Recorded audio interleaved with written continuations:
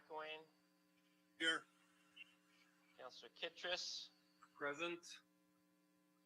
Councillor Dunsmore. Present. Councillor McCray. Ready. And I'm here too. Ask if there's any disclosure of pecuniary interest under the Municipal Conflict of Interest Act with anything on the agenda today.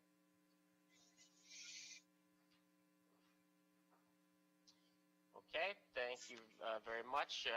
We had a closed meeting, and I have nothing to report out of that closed session. Presentations and announcements. I'll do a quick county report, and then we'll go and do some committee updates.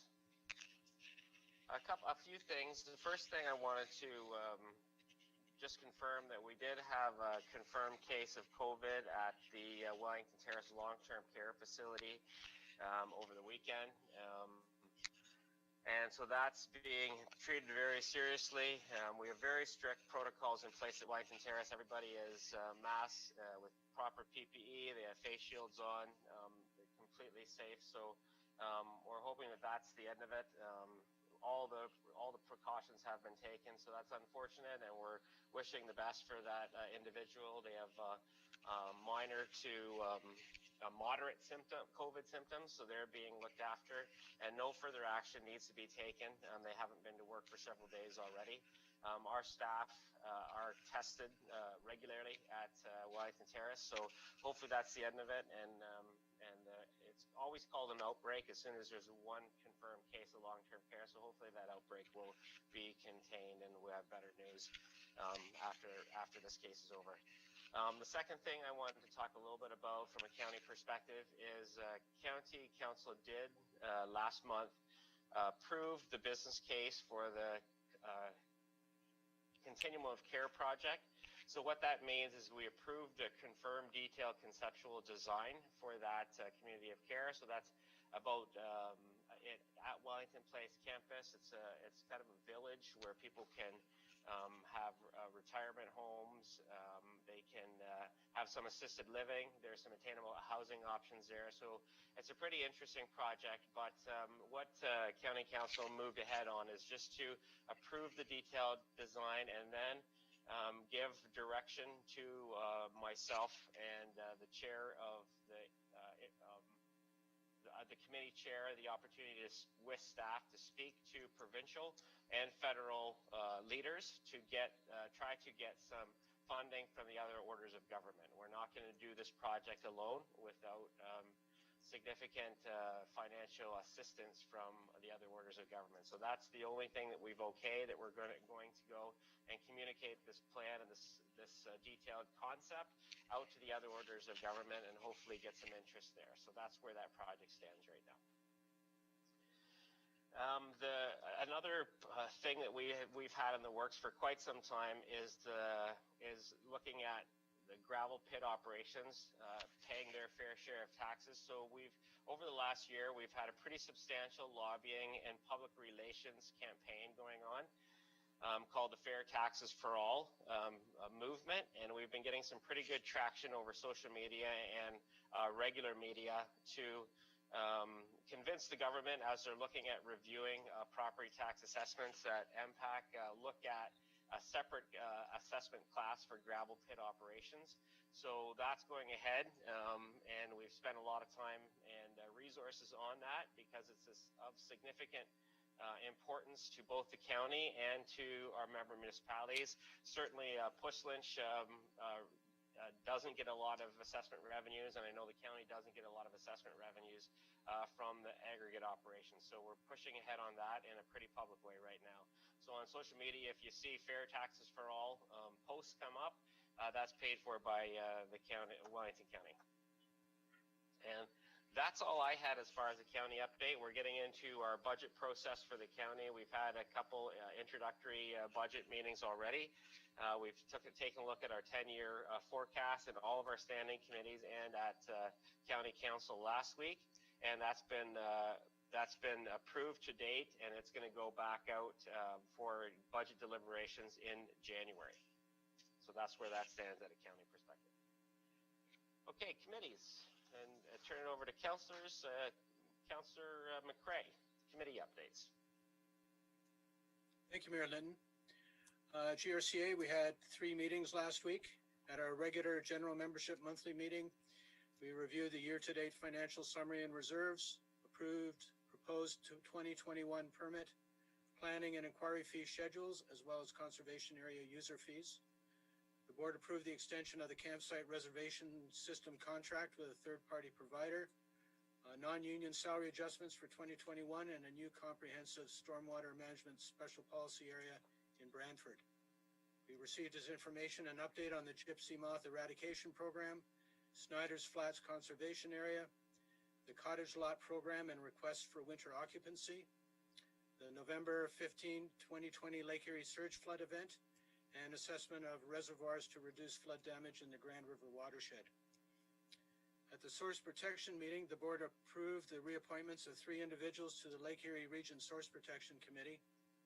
At the special general membership meeting, it was called to discuss the negative impact of Bill 229 on conservation authorities and the municipalities they represent. The board agreed that the GRCA will contact the province to share its concerns, as well as notify its member municipalities and request their support. This topic is on today's council agenda to discuss. Healthy Growth Committee. We discussed a new planning tool called the Community Planning Permit System. That is an alternative to our current system of zoning regulations combined with site plan approval. It is a viable alternative for areas within the urban boundary where intensification and redevelopment are proposed. It offers a community more say in the design and direction of development in return for streamlining the approval process. We also had an enlightening discussion about the lack of housing options for various levels of incomes in our community and its impact on the community. That's it. Thanks, Councillor McCrae. Councillor Dunsmore?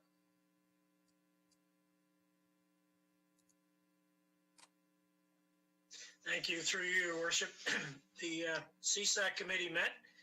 We had a good sneak peek at a brochure that's coming out about the walking trails and the biking routes in and around Centre Wellington, and the new demarcation that's coming out on those trails. And it was quite enlightening to see just how many opportunities we do have for cycling and for walking and hiking throughout the community.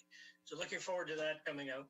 We had a fulsome discussion about what's to come with COVID and the potential that if things get worse, facilities could be shut down again. And it was discussed by the committee that with outdoor recreation activities in the past, we've relied on volunteers to flood rinks and so forth. And we asked, and the staff were looking into it, that Parks and Rec staff be utilized in neighborhoods where we can't get volunteers. And let's get as many outdoor rinks up as possible. And so that was a good discussion by that committee, and it was received well by staff. And so hopefully, if something does take a turn for the worse, we can get some outdoor recreation activities for the community to get going on to keep everybody healthy and happy. The Economic Development Committee sent out a survey, and they're in the process of gathering the information and results of that survey to get a pulse on how local businesses are doing, and then move forward with things that we think we can help them with, or things that they identify that they need that we haven't thought of yet. So both of those committees continue to be active. Thanks, Councillor Dunsmore. Councillor Kittrus? Thank you, Mayor. I had a meeting with the social housing. That's every 2 months. So we had our meeting in person, and they were thinking of canceling the Christmas party because the caterer couldn't do it, and I suggested having takeout from a local business, and they're considering that. And the other two, I haven't met in the other 2 groups. Councillor McElwain? Nothing. Councillor Van Leeuwen? Thanks, Mayor. Economic development, obviously Councillor Dunsmore already updated that, and hopefully we get some good feedback from the local community on if and where and how they're struggling from the business sector of things on that survey. So I encourage everyone to, when they receive a survey as business to fill it out. In regards to Heritage Committee, obviously we just had a 1 o'clock meeting here with the Cultural Heritage Landscape Study, which was an update and a release of the draft report. So I won't go into depth on that one. Obviously, it was just done. But the Heritage Committee continues to meet in an ad hoc setting as well. So they some of our strategic plan, we have the ad hocs set up, and they continue to try to look at ways to work with heritage. We have committees that are set up, for example, on informing the public, heritage, looking at new heritage buildings and properties, but they work in small groups and through Zoom. So that'll continue as well. Thanks. Councillor Foster? Thank you, Mayor. Centre Wellington seniors, we met about a month ago and again next Monday on a socially distanced basis, protocols in place. Senior Center is operating on a very limited basis. One interesting thing is for seniors who wish to renew their membership, it's encouraged, number one, and you can either do it online. Many seniors are reluctant to participate currently because of the COVID pandemic. Nevertheless, I'd encourage any seniors watching to reach out to the staff at the Senior Center or online in order to purchase your 2021 membership. There's some flexibilities available. You can get more details there. I think that's it, Mayor. My friend and colleague, Councillor McCrae, has already reported on the Healthy Growth Committee. Thanks. Great, thanks, councillors. I just wanted to add one little tidbit from the Healthy Growth Committee. The committee has decided to focus its attention on what actions that we can take as a township to help attainable housing across the township. So we're going to be starting going down that process on Thursday with Thursday's meeting to really find practical actions that we can take as a community to increase the amount of attainable housing that we have across Centre Wellington. This is becoming an issue, not just with Centre Wellington, but across the province, and we want to make sure that we're doing what we can to address it. So the committee has decided that this is something that we want to focus on. Very much part of Healthy Growth, so that's good to hear, and we have significant work that we're going to be doing at a committee level to bring some suggestions, recommendations to this group, to council. Okay, moving on to confirmation of the agenda. I'm going to have to add something into there that I forgot to do during our special meeting, and that is to receive the Community Heritage Landscape Study report for information. So if we could add that to the recommendation, that'd be great. So I'm going to read that the Council of the Township of Centre Wellington confirm the agenda as amended for the meeting held November 30th, 2020. Can I have a move to that recommendation, please? Councillor McCrae, seconded by Councillor Dunsmore. All in favor? And that is carried. Confirmation of minutes. We have a set of minutes here from October the 26th. From Council, October 26th, and I have a recommendation that the minutes of the Council meeting held October the 26th, 2020 be adopted as circulated. Mover for that recommendation, please. Councillor McCrae, seconded by Councillor Van Leeuwen. Any discussion about those minutes? Councillor Kittredge?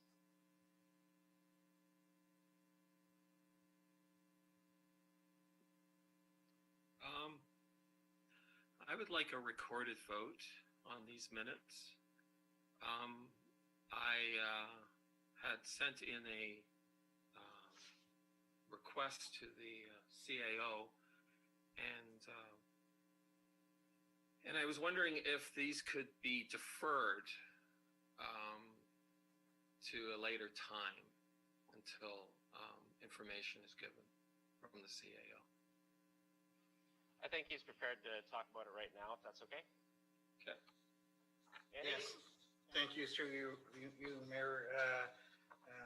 As per Councillor Kitchiss's email to Kerry and I at 11:38 this morning, raising some questions with regards to the vote that took place on the procedural bylaw decision on October 26th. Kerry and I and Lisa have taken a look at the footage on that council meeting. So I'll let Kerry explain what they've been able to find and that the vote was actually recorded appropriately. Yes, thank you. Through you, Mayor Linton, we reviewed the video from the live stream, and it would appear that the video had stalled during the taking of the vote. So we reviewed the backup of that video that was not stalled, and I can confirm for you that the vote was in fact a unanimous decision of council. And what we will do is we will change the video from the backup recording. We'll replace the live stream version with the backup recording that did not stall during the taking of the vote. But I can assure you 100% it was a unanimous decision by a show of hands. Okay, does that answer the question, Councillor Foster?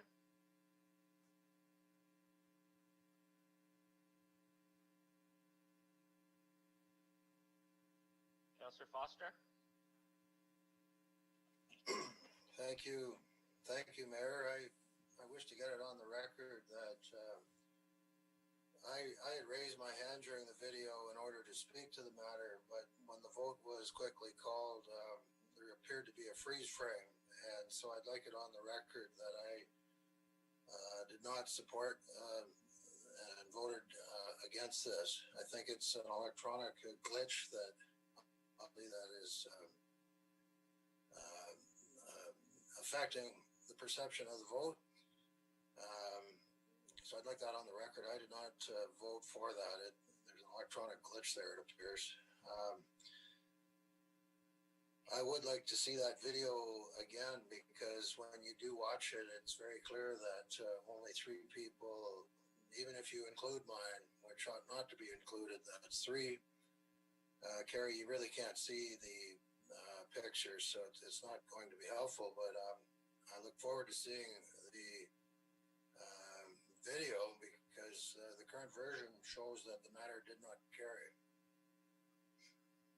Yeah, as every member of council knows, sometimes the video it freezes. There was no technical glitch in calling the vote. It was everybody should remember how they voted on that particular item, and I think that wasn't the issue. It was in the live streaming that it was frozen. Feel free to go back and check it out yourself. Go through the whole thing. The backup version will be there. And it'd be clear for anybody in the public to see that that was a vote that easily passed council. So that concern has been addressed. So I am going to call this recommendation, call to question this recommendation, and Councillor Kitchis has asked for a recorded vote. We have a mover and a second already, so I will let our clerk go through the recorded vote process. Councillor Van Leeuwen? Yes. And again, this is the adoption of the minutes. Councillor Foster? Nay. Councillor McElwain? Nay. Councillor McRae? Yes. Councillor Kittrus?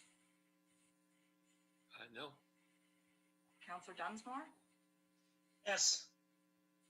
And Mayor Linton? Yes. It is in fact carried. Okay, moving on to the next item, 9.1, the Ad Hoc Procedures Bylaw Committee report. And there was a recommendation of that committee.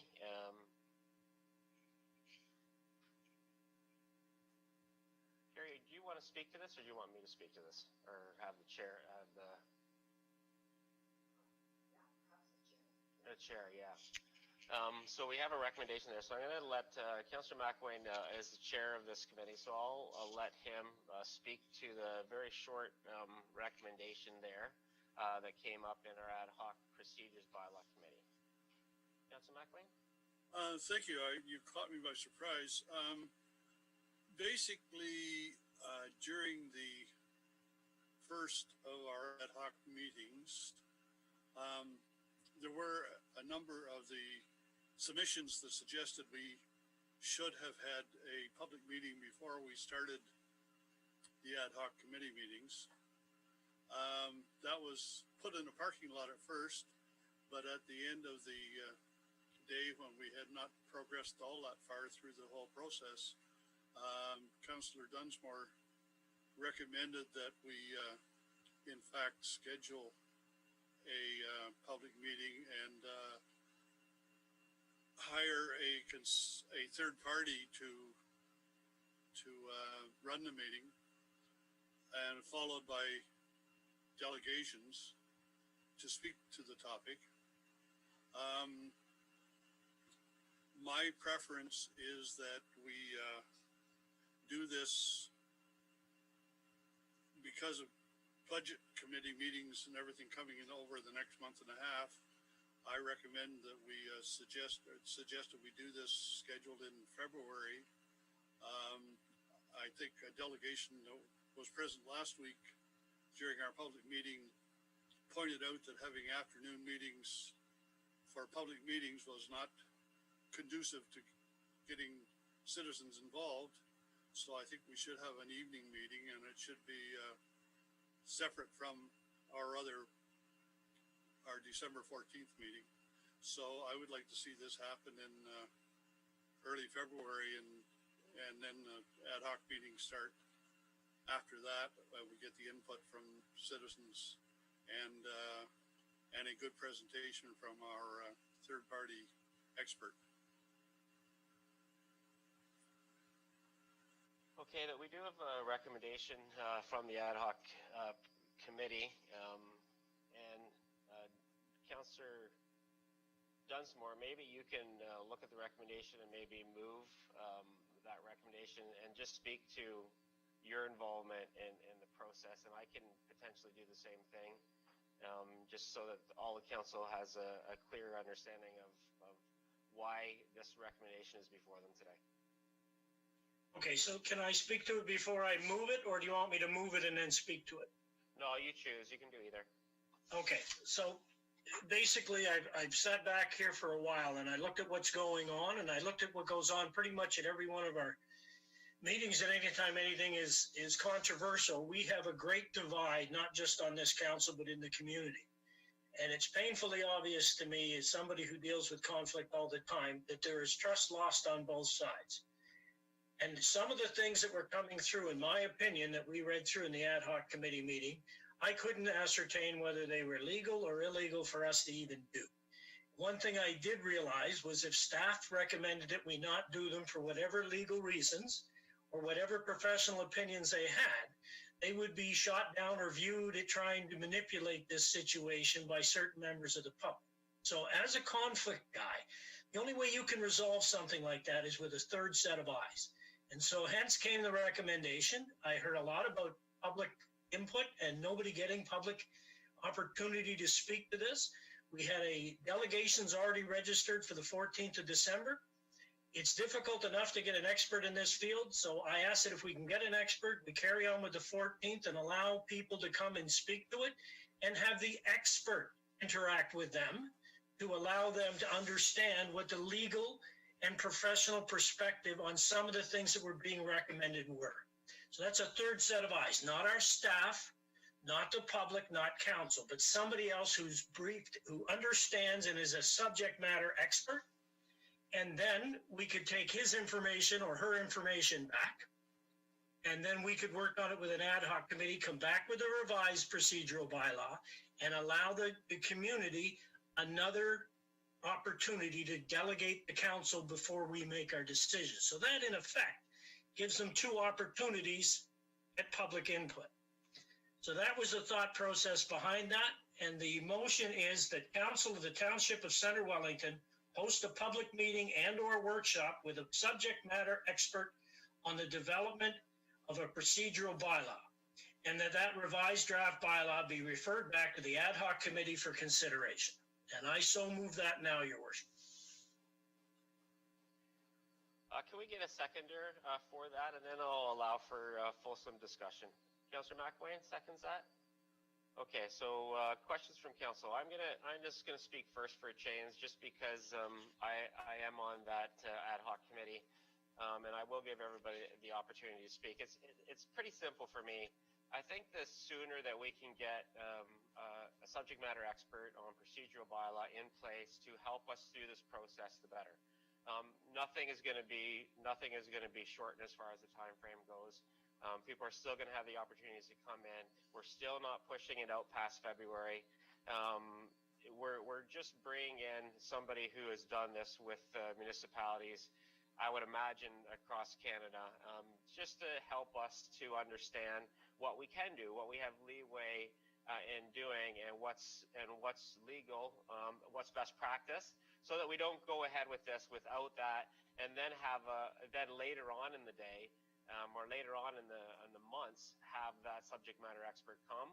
Why not do it as early as possible to make sure that we're informing our discussions and making sure that the public have access to this person as well.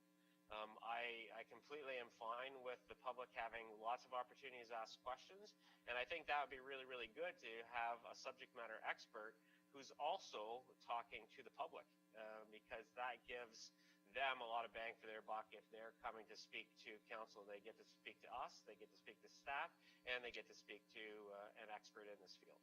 So I supported this, and that's why I supported it in November, just to get this on the right footing as soon as possible. Questions from council? I'm going to go around the room. Councillor McCray. Thank you, Mayor Linton. First of all, I'd just like to clarify with Councillor Dunsmore. What he's proposing is we would have the December 14th meeting with the subject matter expert in place to take questions from the public, answer their questions, provide some feedback as to what our procedural bylaw should look like. Then that would go back to the ad hoc committee for them to do a final massage. Then that would go back to the public and to council for a final review and comment sometime in February. That is precisely what we're proposing. And then after that, we would have a final decision by council on the procedural bylaw.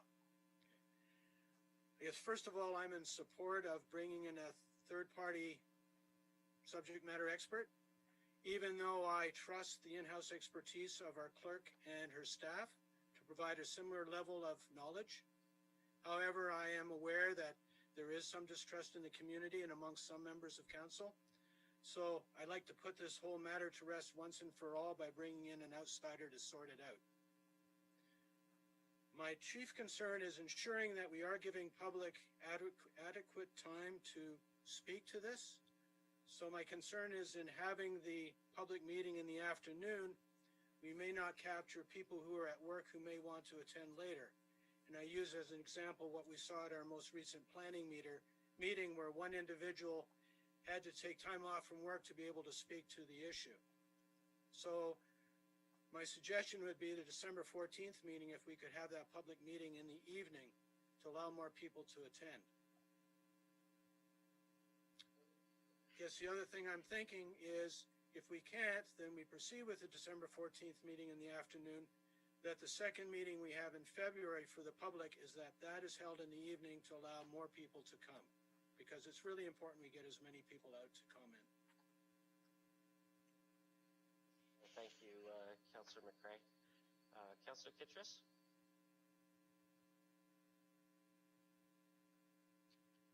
Thank you, Mayor. When this is, if we were to vote for this, I just need to understand this. If we were to vote for this third party, they would be hired and they would listen on December 14th, and that would be the last public input. Would that be the public meeting? That's my first question. The second thing is, In February, will we be seeing a second draft from this third party before the February meeting, or is that going to be happening at the February meeting, or is that a final draft? In my recommendations, the submissions, I had said about a terms of reference for this, and here we are, we're discussing this, and it's not clear right now what this process will be. And it has changed from the motion with the ad hoc committee adding something. And so I think that there is a little bit of problem here in the sense of we don't actually know what the process will be. We don't know how this consultant will be used exactly, when the dates will be having feedback. My concern is that when you read some of the comments, they want it to be slowed down. That's what the public wants. They want to also, some of them are not really even sure what the purpose and the goal of the procedural, they don't even have enough information to make the submissions that they're asking for. So this is, I have some concerns about this. I have concerns that it's rushed at Christmas time. When you want to call for a public meeting, it was, having a third party is probably a good idea, but giving a correct notice for a public meeting, we now have only 14 days for that, and that's probably not sufficient time. So I think that it needs to be, there needs to be a friendly amendment. I do think that this needs to be extended so that the public is notified and that they have the 30 days to then make their plans to be at that meeting and do what they can. And there's more public that might be interested than just the few that could be convinced or contacted from personal emails. Okay, Councillor Kitchers, there's a number of things there. You started with a couple questions, so I'm going to turn those questions to Andy, but I want to make a couple comments first. Firstly, I completely agree with you about a lot of people don't even know what a procedures bylaw is, and that's what came out of us at the ad hoc committee going through some of these comments. It was very clear from people that they wanted to comment on it, but they didn't really even know what to comment on. So that was one of the reasons that I was in favor of bringing in a third party to explain what a procedures bylaw actually is, to help the public to provide more targeted feedback to us. So that I see that as a benefit, and it will get more public input because people will understand it more. The notice for the December meeting has already been out, so people are already registered for it. The only difference is we're adding more value now and bringing in a subject matter expert potentially if council goes in this direction. But that notice has been out for a long time.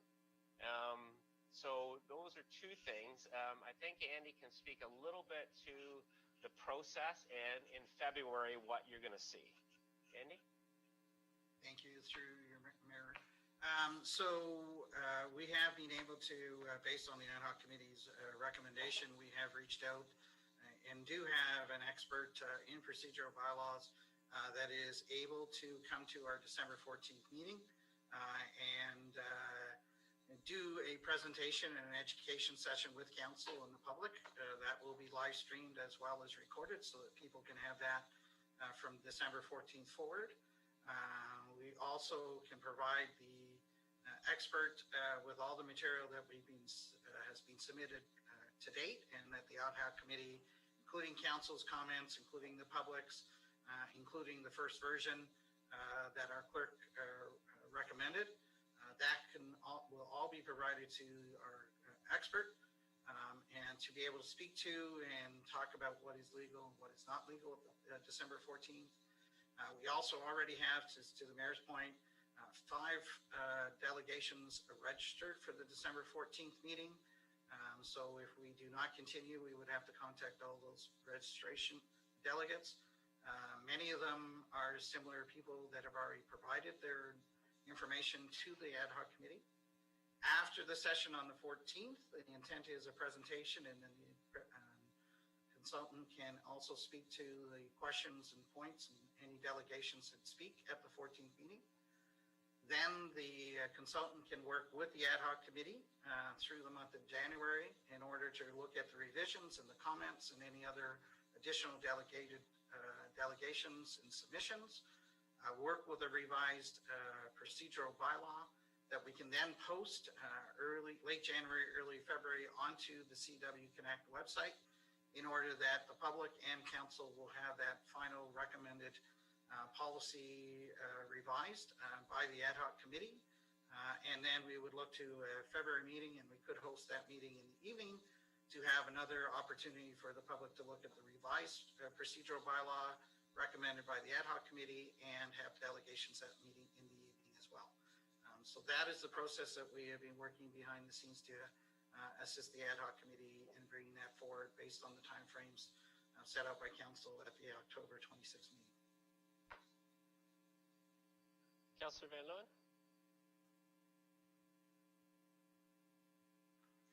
Thank you, Mayor.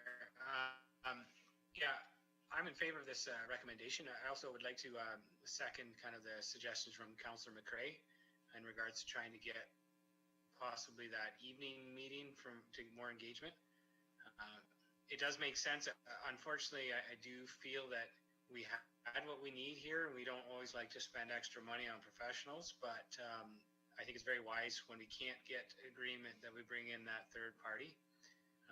Because I do think that we should be able to work through this, but maybe you could bring in the third party is a good way for us to work through and get all the input that we do need. So I look forward to having those discussions, and hopefully we can get the procedural bylaw exactly how we like it and how we need it to be, because it's much more detailed than what we're working with today. Because if we leave it, it's very open-ended right now. One question though, if we need to extend a little bit of time, is there pressure or a time frame that we need? So let's say we get into February, can we extend it again if we need a little more time?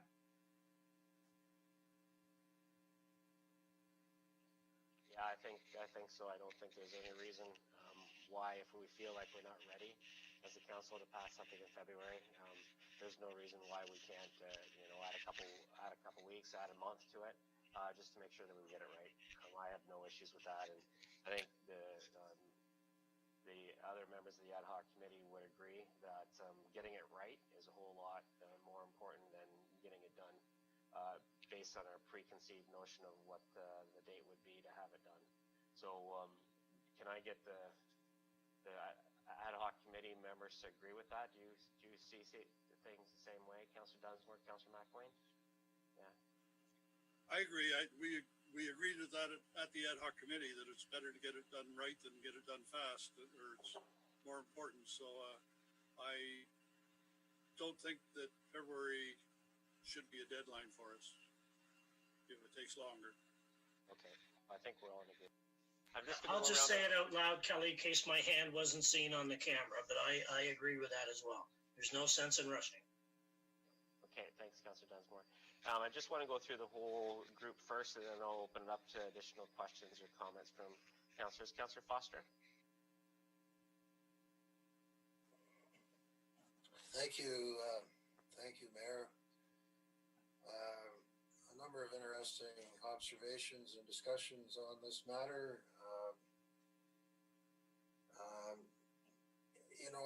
I can't help but see, Mayor, a pattern that troubles me, and I see it over and over again. We have 3 chartered accountants on staff, and when there's some accounting to do, such as DC charge studies or sewer and water studies, we contract out some accounting.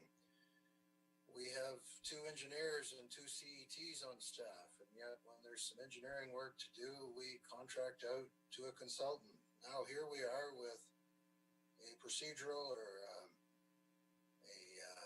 a bylaw issue regarding how we govern our meetings and proceedings. We have no less than 3 clerks on staff. Clerk Gary herself has stated that she's an expert. The other clerks as well. They're learned and skilled in this matter. And yet, when it's time to do some work, we hire out a consultant. And that troubles me. And I do recognize the importance of getting some public input. That's very important to me. I'm very good with that. I'm not in favor of always hiring consultants. I've spoken about that many times. I do agree with Councillor Kittredge that December 14th is not the ideal timing. However, I'm pleased to see that 5 delegations have registered, because that's a good signal and a good sign. My suggestion is we proceed on the 14th, but rather than hire a consultant, our own staff should do the meeting. And the last point I wanted to make is I watched the Ad-Hoc committee meeting, and I couldn't help but feel, you had a number of submissions, you were doing good work, you were halfway through. I couldn't help but feel that you kind of threw in the towel halfway through. Half of the submissions weren't even considered. And so I would encourage you to keep going. You had a role and a task to do. I think it should have been completed. And we ought to chair our own public meeting with our own staff. And then, and only then, if there's an impasse, would we tag in a so-called expert in procedural matters. So the bottom line for me is I'm not in favor of hiring a consultant, because it's a pattern that disturbs me that we do so often. Anyway, those are my comments, Mayor. Thank you. Thanks, Councillor Foster. Our professional staff have provided us with their recommended procedures bylaw, and Council chose to not accept it and not approve it. So that's why we're going down this path. There's something it became very clear to members of the Ad-Hoc committee, and I'll give them a chance to speak after I'm done here. And it became very clear that there were a number of suggestions, recommendations, comments, issues that were being raised, and it was pretty clear that some of the things were borderline legal, and other things were just not best practice, and we really didn't want to just make the determination on ourselves. I completely agree that our clerk, our legislative services team was prime and could have done this on their own, and did do it on their own, but it didn't get the support of council. And now we're moving down that path. We don't want to be at the end of the day and realize that we have all kinds of unanswered questions. We want to make sure that we're bringing in all the expertise early on, so we can get the questions answered from the public as well as from the councillors. We were getting through, as an Ad-Hoc committee, we were getting through a lot of these questions, but we hadn't started with councillor questions yet, and we knew that we were going to have some challenges because some of the things were conflicting, and we really needed some subject matter expertise here. So those are my comments. I think we should move ahead with this as it's laid out. Try to get, I'm okay to try to get an evening meeting if we can, if the subject matter expert is able. But if he's not able, bring him in still to do it at the time we have already put out publicly, and then make sure the evening meeting that we have, it's an evening meeting in February when we present this. So those are my comments. Other comments from council? Councillor, I saw Councillor Kittredge, you had your hand up. Thank you, Mayor. I do have some concerns. I would like to ask, because we had a certain amount of time to make our submissions, and then we got to see all the submissions, and now we're going to have a consultant that you acknowledge that knew a lot. I think I'd like to be able to resubmit after I've heard and been educated by this expert and got to ask questions, and that would allow for a more comprehensive submission. And so that's sort of the gist of what I'm asking, whether that could be done. The second thing I have is I'm wondering about having citizens on the ad hoc committee, since that is an important, it's for the benefit of them to understand and to participate in this, and therefore contribute to the decision making in that in as it's going to be presented to council. So I'm just wondering about those two questions. I'm going to ask Councillor Dunsmore and Councillor McElwain if they feel the same way, but I'm completely fine with opening it up for comments and suggestions and questions from council following the presentation by whatever subject matter expert we come, and just opening it up for another round. I mean, for the ad hoc committee to review, I see no problem with that at all. Citizen membership on the committee, I do have a problem with. We're the citizen members on the committee. We're the ones that were elected to do this job. We're the only ones that have a mandate to speak for the people. The process that we'd have to take to bring in citizen representatives on this committee that deals with procedures bylaw, a quasi-legal document. I think that that's the nature of an election, is to choose your citizen leaders to do stuff like this. So that's my comment on that. This is a quasi-legal document. We can't expect widespread understanding at a committee, at a community level. Councillor McElwain? Thanks, Mayor. Yeah, I agree with the recommendation that having the third-party expert present his best practices ahead of time, because it's not only for the submissions that were made, but even for the delegations.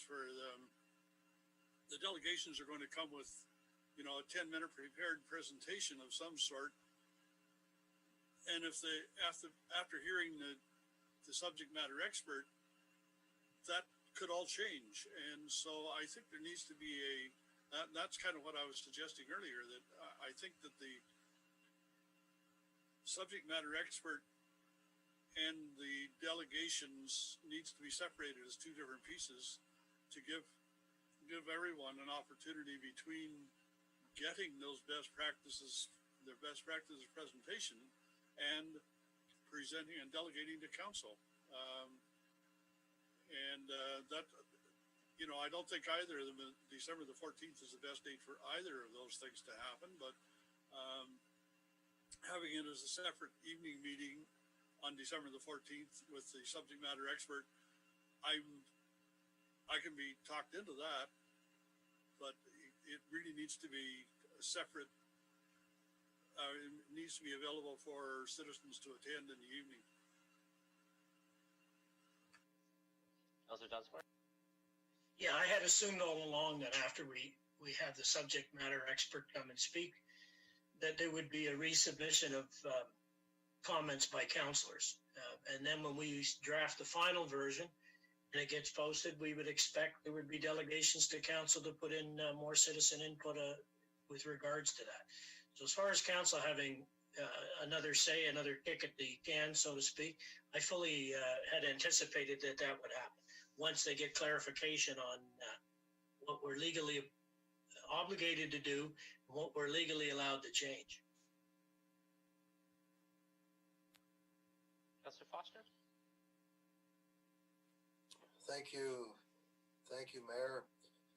I just want to be clear on the chronology dates here. I'm hearing various dates bandied about, and I want to be very, very clear. And what I hear is public meeting on the 14th of December with the subject matter expert, and delegations have the chance to appear. What I'm not clearly hearing, and I'm hearing talk about a second chance for councillors to have input. I'd like to know when that might occur. I'm also hearing about future discussions and delegations, and I think I heard final back to council final for a approval in February. Can I just get a bullet point chronology of exact dates? Presumably from our CA or I'd like to be very clear on the dates. Andy? Sure, through you, Mayor. From the dates, as previously commented, the public is well aware that we're seeking out delegations on the procedural bylaw for the December 14th meeting. We have 5 registered delegations already, and over 9 or 10 or even more submissions that have already provided in writing prior to the November closing date of comments. The Ad Hoc committee has seen all of those. The intent is to bring in the expert on December 14th to provide an educational presentation, and also then allowing the delegations.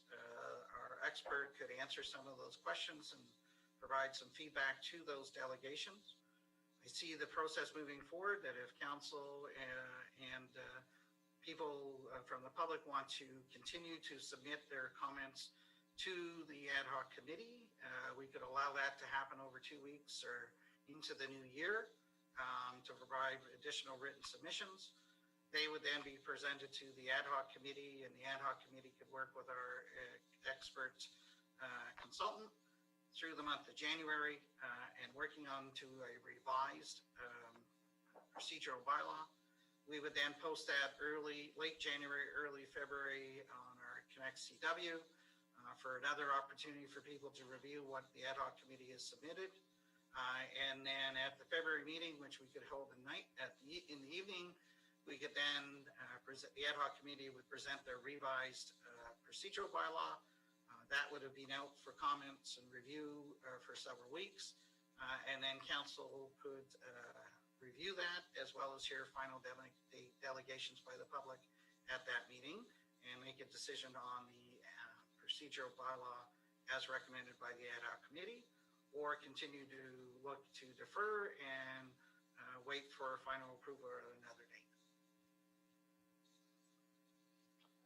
Any last comments from council? Councillor McCray? Thank you, Mayor Lynn. So, I guess my understanding from what I've heard is the December 14th meeting, if we can't move it to the evening, we continue with what's planned. What I'm hearing is that people who cannot attend the meeting can still watch the video, listen to the subject matter expert, address the delegations, also provide answers to other questions, that then those people could submit questions, comments back to the Ad Hoc committee that would go to the subject matter person to then comment and provide feedback to them. And then as well, anyone else who has any questions, concerns that wants to submit to the Ad Hoc committee can do so between December 14th, and I'd like to sort of set a date in January, say January 8th, for all comments, submissions to be handed in for then the subject matter expert and the Ad Hoc committee to deal with. Is that possible? I'm okay with January the 8th, from December 14th to January 8th as a time period for councillors as well as the public. Councillors Dunsmore, McWayne, are you okay with that time frame?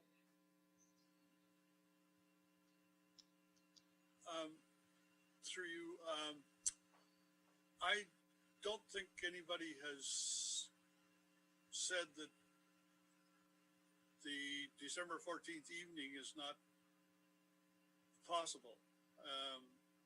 I think that's what Councillor McCray just suggested, and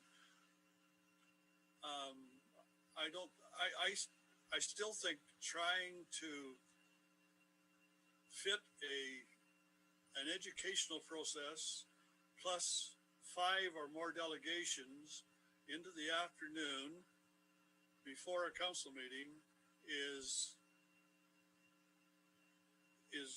number one. It's just not leaving enough time to have a valid conversation.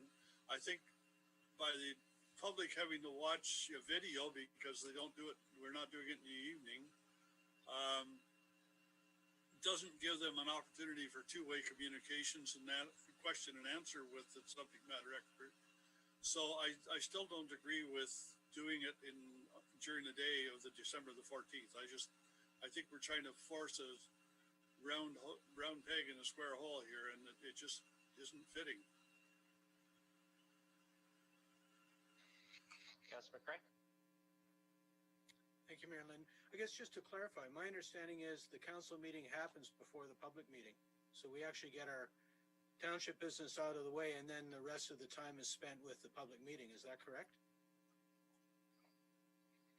We had it the other way around, Councillor McCray.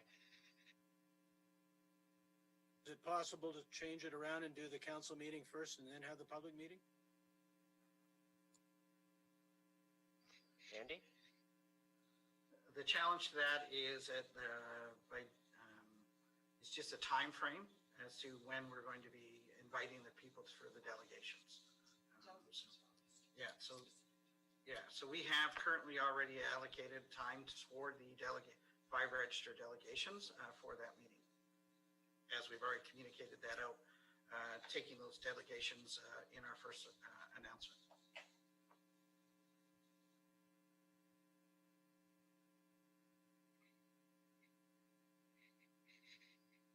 So if Andy does ask if the person is available to do an evening meeting, that does mean we have to follow up and make sure we have enough public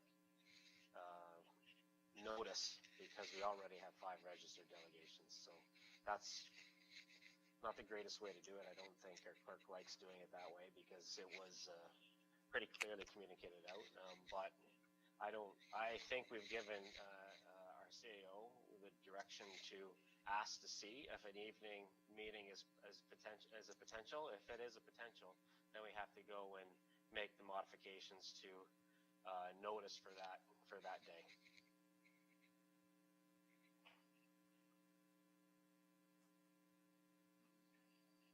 Pardon?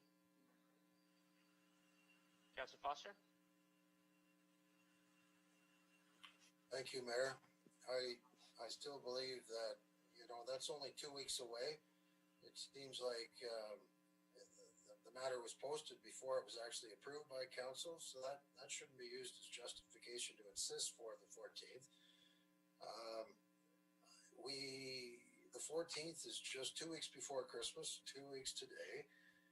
What would be the matter with having the public meeting in early January in an evening that is not in concert with a council meeting? That gets us through Christmas. We may get 15 delegations as long as we give adequate notice. We've said that this is a very important matter and we ought not to rush it, yet I feel like we continue to rush it. And so my view is we should have, if we're going to have such a meeting, it ought to be in early January, and we ought not to bog down in the 14th. I don't feel like anything about this process is being rushed at all. We're not going to have a procedures bylaw draft until February, so we're not rushing it, that's for sure.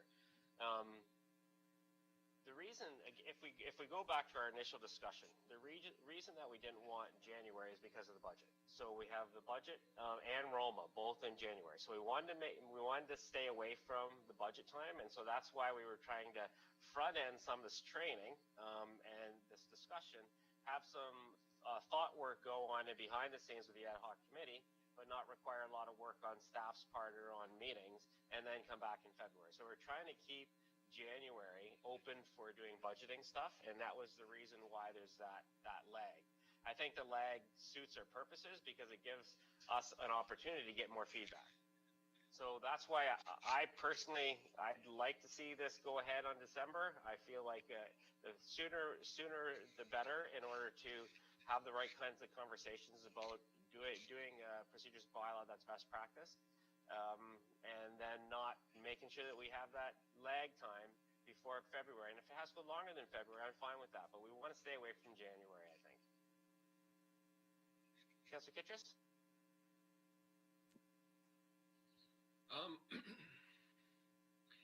I think that there's,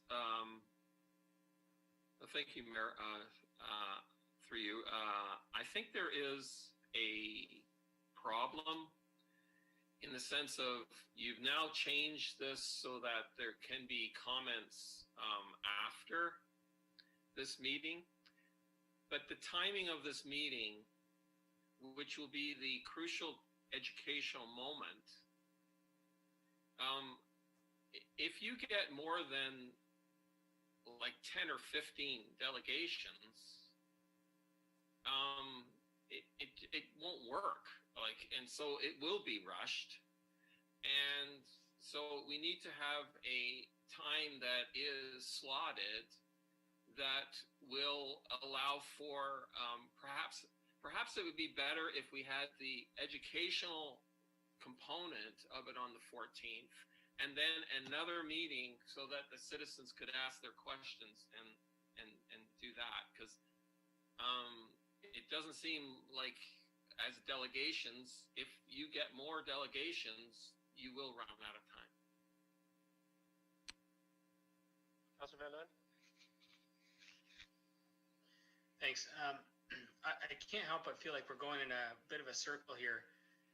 It's no wonder in some senses we can't make a decision at a committee level or even at council level. I think we have a pretty good plan here. Let's get this professional at least to the meeting. I'd hate to schedule it twice. We keep hearing, Councillor Foster says, why are we spending more money? Now we're going to bring this person twice. Let's get this on the meeting of I believe it was the 14th. Let's go with the original plan, and let's hear from the public. There's lots of time to get delegations in, and I think that we should move forward with this. I would really like to see this motion go forward so we can actually get that professional advice. Thanks. Can we call that question, or Call the question? Okay. So we have a mover, seconder. All in favor? Opposed?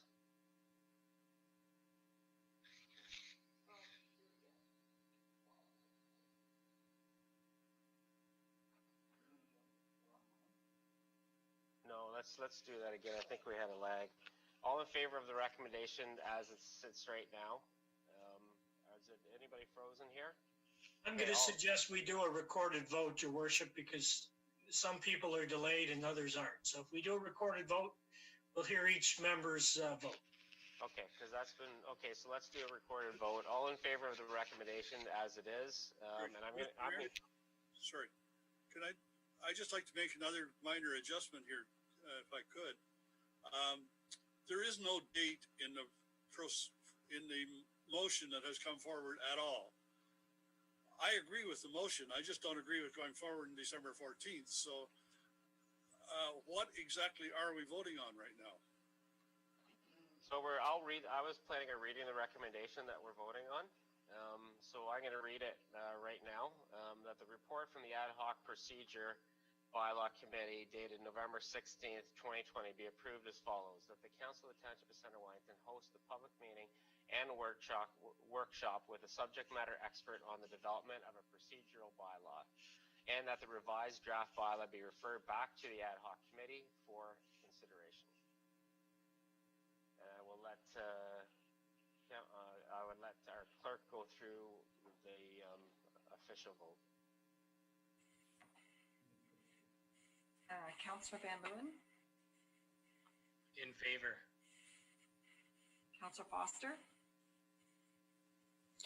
Opposed. Councillor McElwain, I'm in favor as soon as we put a date on it, and I know what date I'm voting on. But I can't vote on this, in favor of the way it is right now because there's no date. so that's a no. Councillor McElwain, So there's a November 16th is the day. Sorry? there's no date on the recommendation. Oh, I see.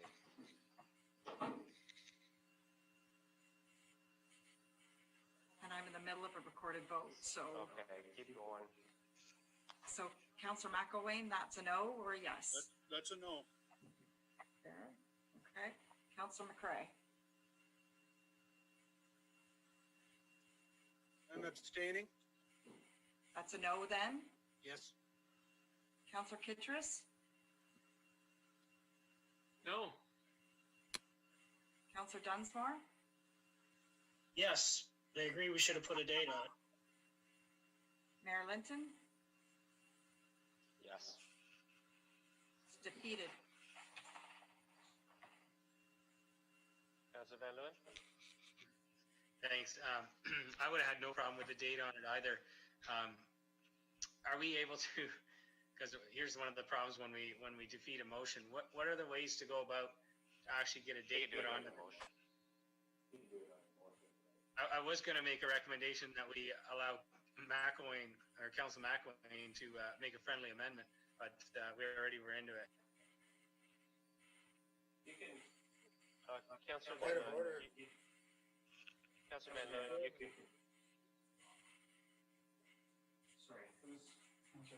Point of order.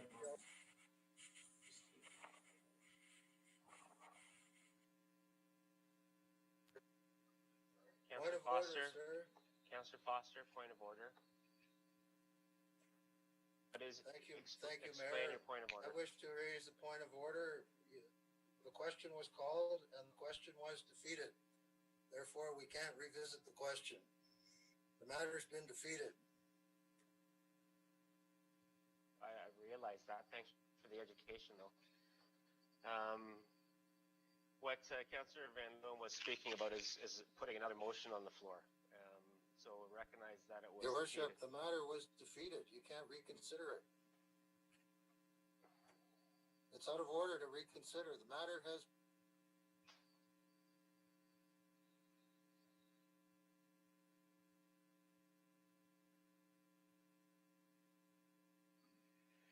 Now I think would be a great opportunity for a 2-minute break. We've been going at this for a while. I'm going to adjourn the meeting till 3:45.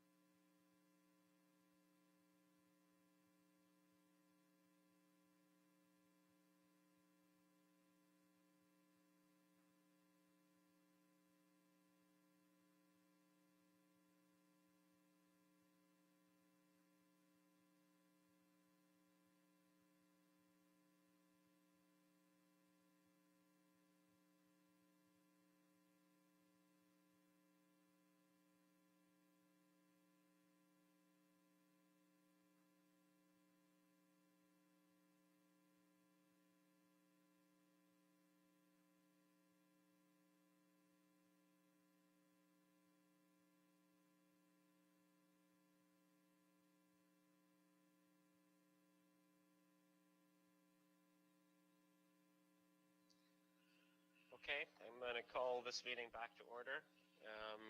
Hopefully everybody had a nice break. Councillor Dunsmore? Thank you, Your Worship. In light of what's just occurred, I'd like to put a motion on the floor that we take the procedural bylaw and the procedural ad hoc committee and push it out, revisit this issue again February, the end of February. And let's just leave it so everybody can get on with business. I get a seconder for that? Councillor Kittrus? All in favor of deferring this to February? And that's carried. Wow, we can agree on something. So what that means is we're going to be canceling the public meeting on December the 14th, and we'll push that back into February when we reconvene and start talking about our procedures bylaw again. And our clerk will make sure that the 5 delegations already scheduled will be aware that it's being pushed into February. Moving on, report from Committee of the Whole. We have our November 23rd Committee of the Whole report. You see in front of you, there is 7 items in that Committee of the Whole report. Can I have I have a recommendation that the Council of the Township of Centre Wellington approve the report from the Committee of the Whole dated November 23rd, 2020 as circulated. Move for that report, Councillor Dunsmore, second by Councillor McCrae. Any questions about that report? All in favor? Councillor Kittrus, are you voting on this? Okay, and that's carried. We have no delegations today. We have a couple reports here. The first report is a part lot control exemption bylaw, block 17. And I will turn it over to our Managing Director of Planning and Development, Brett Salmon. Welcome, Brett. Thank you, Mayor Linton. This is a part lot control exemption bylaw for townhouse block, which is block 17 of Plan 61M 227. It's in the Beatty Hollow subdivision on Rhea Drive. There's a key plan attached.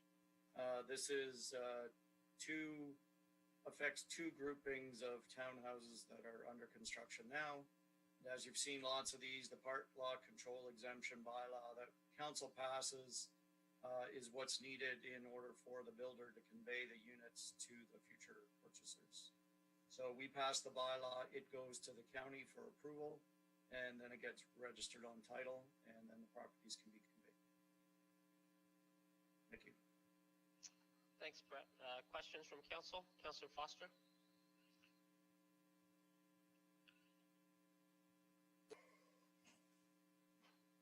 Thank you, Mayor. I have no questions. Councillor Van Leeuwen? Councillor McElwain? Nothing. Councillor Kittrus? No questions. Councillor McCrae? No questions? No questions. Councillor Dunsmore? Sorry. You were kind of hidden there.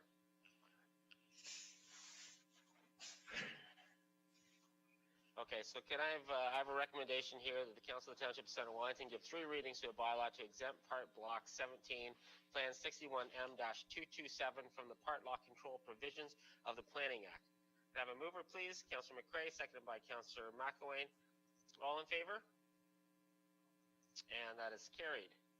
12.2, Bill 229, Protect, Support, Recover from COVID-19 Act budget. And I will turn it over to Brett again. Welcome, Brett.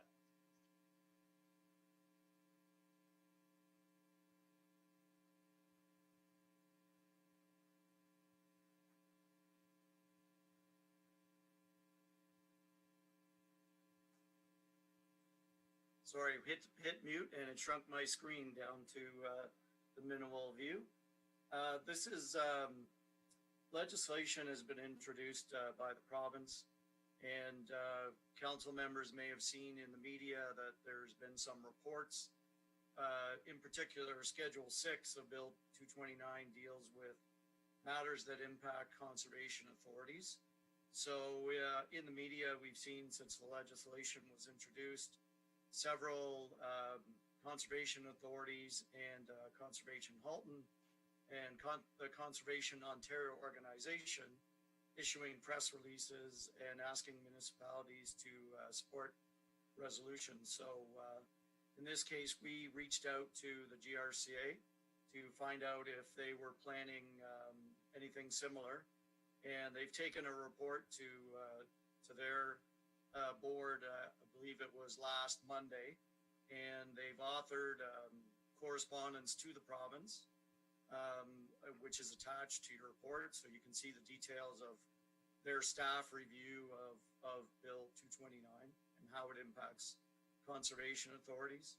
And in the correspondence to the municipality, they're asking us to consider sending supported comments to our local MPP and the provincial legislature regarding this legislation. So it's being introduced for council to deliberate on what the Conservation Authority is asking us to do.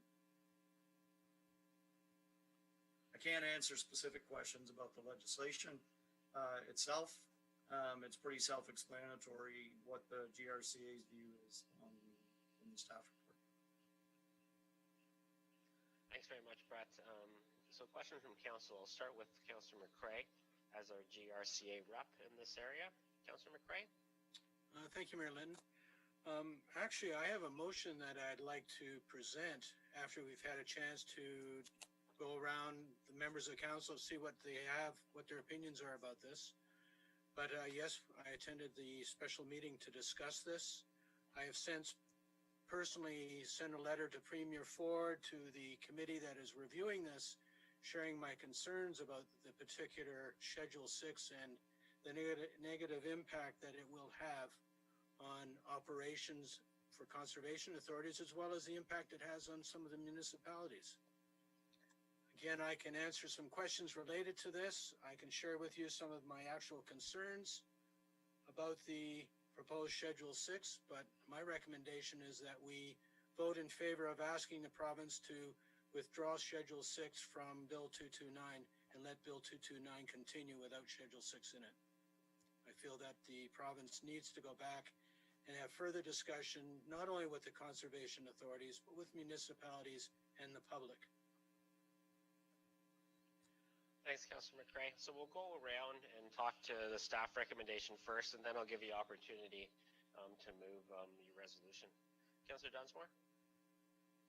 Yeah, as somebody who's had the opportunity literally to walk across the province on conservation trails and see the protection areas that I got to walk through and see firsthand the value of conservation authorities, and to have something like this in a budget bill, I would suggest that we stand by our Grand River Conservation Authority and the great resources that they protect in our community, and ask the government to pull this up.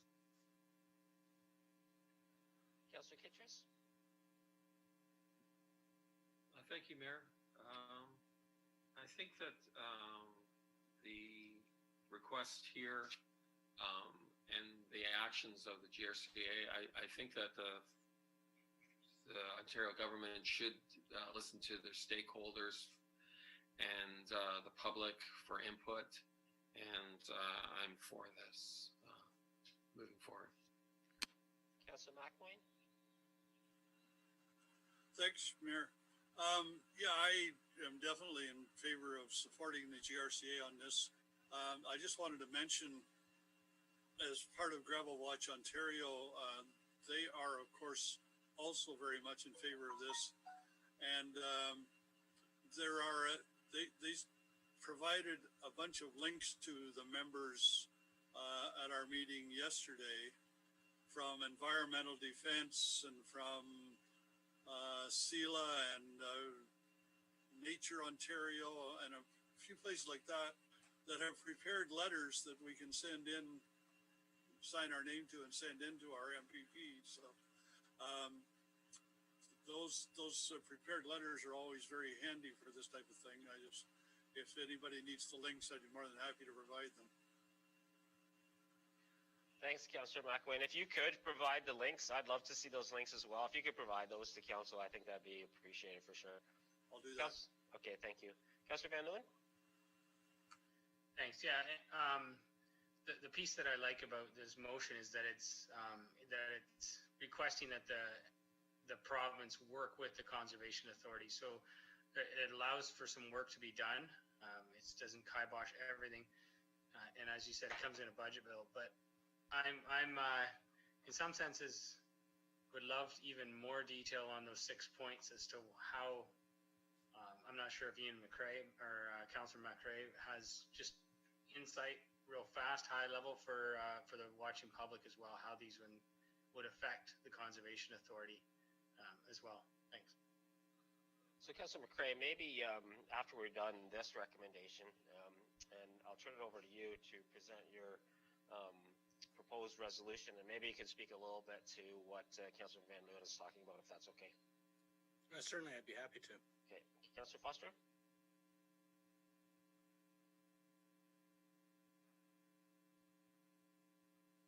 Councillor Foster? Thank you, Mayor. I have a question for my friend, Councillor McCrae.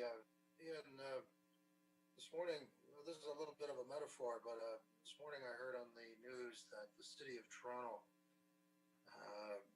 the parking authority for the city, normally would bill about $60 million of revenue for parking. This year it looks to be only about $4 million, almost none of their normal revenue. So, Councillor McCrae, this is just a little metaphor. What I'm really wondering is, what are the implications of lost revenue for the GRCA? Are there any thoughts on that?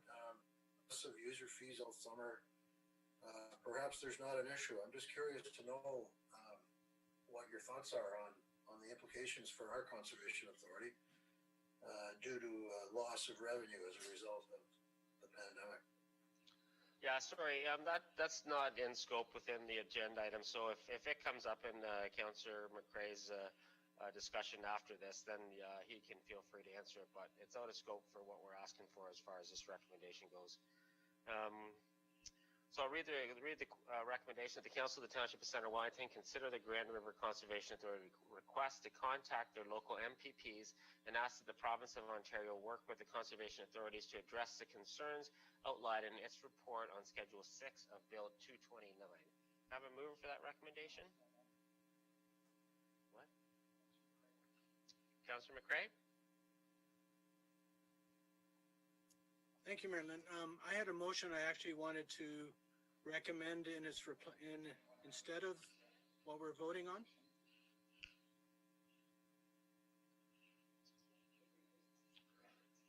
Was that the page that we all got? The whereas resolution? Oh, whereas on November 5th, 2020, the Government of Ontario? Yeah. Oh, you got copies of it? Yeah, we just got copies from the clerk. I don't know if anybody else has seen that yet. I can share my screen to show you. But I was thinking that we could still pass this recommendation from our staff, and then you could present your motion as well. Oh, okay, I'm fine with that. Because this comes from our staff, and I think that's important to get a recommendation that comes from our staff, a staff perspective. But I don't see anything that is contrary in your recommendation. Okay, no, I'm fine with that. Thank you. So can you pass this recommendation? Can you move it? I mean. Yes. Yeah. Okay. Moved by Councillor McCrae, seconded by Councillor Dunsmore. All in favor?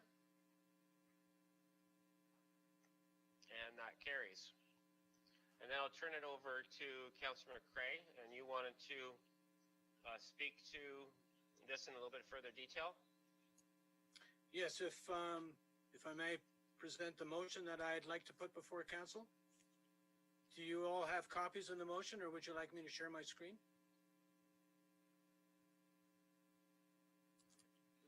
I'm happy if you just read it. You can just go ahead and read it, Councillor McCrae. Okay. So, whereas on November 5th, 2020, the Government of Ontario introduced Bill 229, the Protect, Support, and Recover from COVID-19 Act, Budget Measures 2020, which proposes changes to conservation authorities' permitting, planning, and enforcement powers contained in Schedule 6.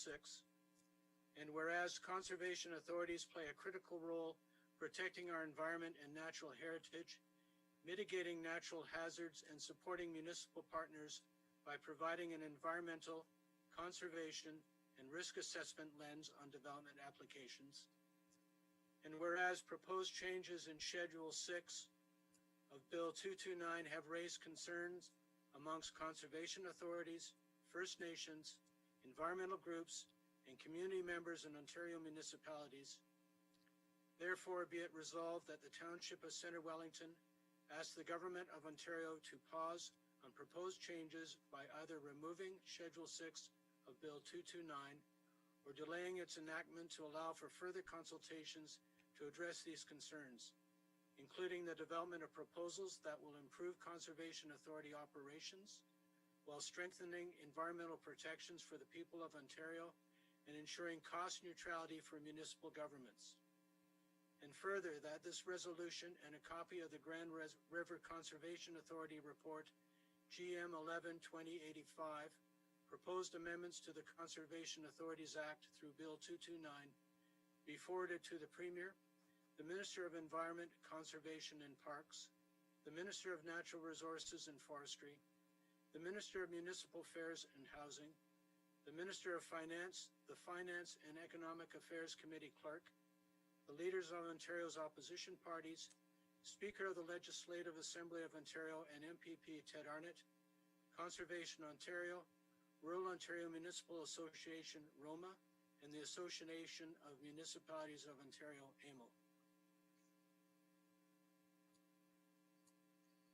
Are you seconding that, Councillor Dunsmore? Okay. Any comments, questions from council? Councillor Foster?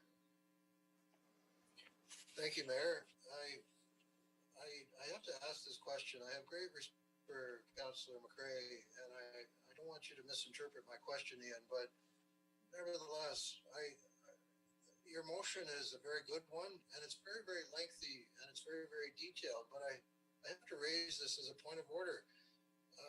It wasn't on the agenda. We've already voted on the matter that was on the agenda, and I'm just wondering, my question, I think, for the CIO is, why would there not need to be a notice of motion for such a lengthy and detailed motion? Yeah, and I'll let our clerk speak to that, but my interpretation of our procedures bylaw is it's because it's something that is already on our agenda. So Councillor McCrae's motion is directly tied into something that's on the agenda. If it wasn't something that was on the agenda, then it would have had to go through a notice of motion process. But because it's completely connected to something that is there, she indicated that it's completely appropriate to do it this way. Carrie, clerk, did you want to add anything to that? No, I think that's the appropriate answer. It is a matter on the agenda, and Councillor McCrae was he did give me a copy of it out of as a courtesy, so that I would have it for the minutes. But no, it's totally appropriate. So that's my ruling on that item. Councillor Foster? Thank you, Mayor. I just want to point out that there's great inconsistency here. Other members of council have made similar motions subsequent to a main motion, and they've been ruled out of order. Now, I do support Ian on this because I know his heart is clean and he's trying to do the right thing, but I do want to point out our practice here varies and it's inconsistent. Thank you. Thanks for that feedback. All in favor of that motion? Opposed? And that is carried. Thanks, Councillor McCrae. Moving on, no information items. Moving on to our bylaws. We have 3 bylaws there. I have a recommendation that bylaws 2020-53 through 2020-55 be read a first, second, and third time and passed, signed by the mayor and clerk, and the corporate seal affixed. Mover for that? Councillor McCrae, seconded by Councillor Dunsmore. All in favor? And opposed? And that's carried. Notice of motion, we have a notice of motion from November 30th from Councillor Dunsmore. Does he speak to it? Okay, so he's just giving notice. It's in everybody's package. It will be debated at our December council meeting, so it's there for everybody to take a look at, and we'll speak to it at our next council meeting. I have a confirmatory bylaw recommendation that bylaw 2020-56 to confirm the proceedings of council at its meeting held November 30th, 2020 being introduced the first, second, and third time and passed in open council. Mover for that, Councillor Dunsmore, seconded by Councillor Kittredge. All in favor? Opposed?